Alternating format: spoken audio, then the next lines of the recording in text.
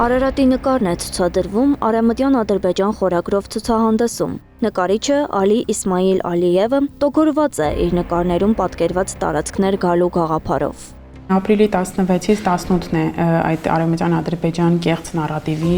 հերթական ցուցահանդեսը իրականացվում Բաքվում։ Ըստ էության այնտեղ հերթական անգամ այդ էքսպանսիոնիստական դրսևորումներն են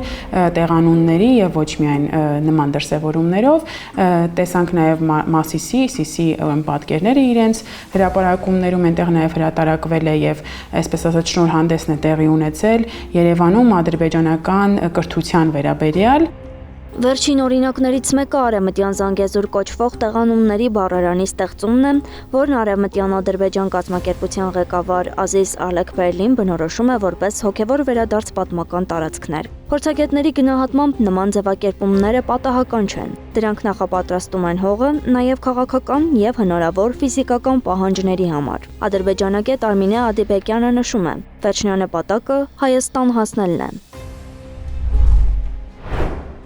Մարդը հստակ 300,000 թիվը նշել է, այսինքն այն 300,000 հոգուց բաղկացած ցուցակ պետք է կազմակերպեն։ Այս մարդկանց վարժեցնում են։ Պատկերացրեք դիվերսիոն խումբ է։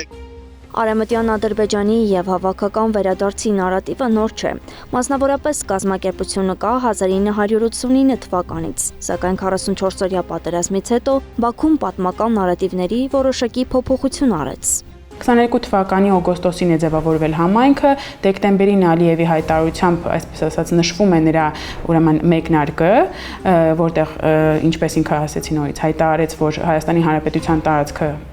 ադրբեջանական պատմական հող է եւ իրենք պետք է վերադարձի օրակարգ ձևավորեն։ Արևմտյան Ադրբեջանի այս ծրագիրը դեռևս պասիվ փուլում է արտաքին քաղաքականության տեսանկյունից։ Մի փոքր լռում են հասկանալու համար ընտրության արդյունքները։ Կփոխվի արդյոք Հայաստանի Հանրապետության ներկայիս իշխանությունը, թե ոչ։ Ըստ դրա էլ կշարունակեն իրենց գործունեությունը եւ հստակորեն կձևավորեն քաղաքական օրակարգը։ Հատկապես վերջին շրջանում, երբ որ Ադրբեջանի իշխանությունները առավել զուսպ են իրենց քաղաքական խոսույթում,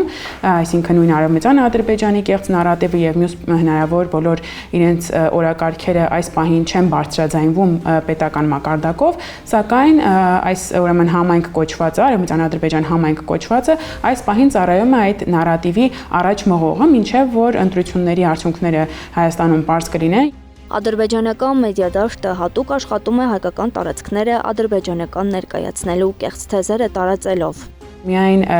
Բաքու TV իրենց լրատվական գործակալության YouTube-յան հարթակում ավելի քան 880 տեսանյութ կա այդ խորագրով։ Ազերթաջ լրատվականը ավելի քան 200 հրապարակում ունի վերջին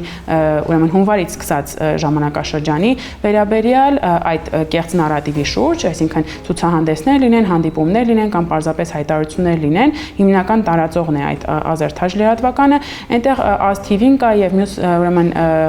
հեռուստաընկերությունները։ Ադրբեջանում վերջին տարիներին հետևողականորեն ընդլայնվում է այսպես կոչված Արևմտյան Ադրբեջան խոսույթը վերածվելով պետականորեն խրախուսվող գաղափարախոսության։ Ադրբեջանագետը նաև նշում է, որ տվյալ խոսույթն այնքան հեռու է իրականությունից, որ միջազգային հարթակներում ուղղակի կարող է դառնալ ծաղրանքի առարկա։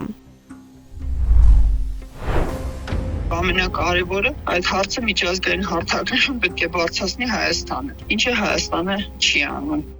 Բացի տեղանունների բառարաններից, Երևանի պետական ադրբեջանական դրամատիկական թատրոն, դպրոցներում Արևմտյան Ադրբեջանի թեմայով էսսեների եւ շարադրությունների մրցույթներ, բազմաթիվ գրախոսություններ, սեմինարներ։ Արևմտյան Ադրբեջան անունով մի մեծ նախագիծ, որին ներկայիս իշխանությունը չի հակադարձում։ Այս ամենն ըստ մասնագետների ցույց է տալիս, որ խոսքը ոչ թե առանձին նախաձեռնությունների, այլ երկարաժամկետ եւ համակարգված քաղաքականության մասին է։ Սա նշանակում է մեկ բան. խաղաղության մասին խոսելիս անհրաժեշտ է հաշվի առնել նաև իրական գործընթացները, որոնք ձևավորվում են Ադրբեջանի ներսում։ Անահիտ Սարգսյան, Մեհեր Դավթյան, Նոնա Գևորգյան, ABC Media։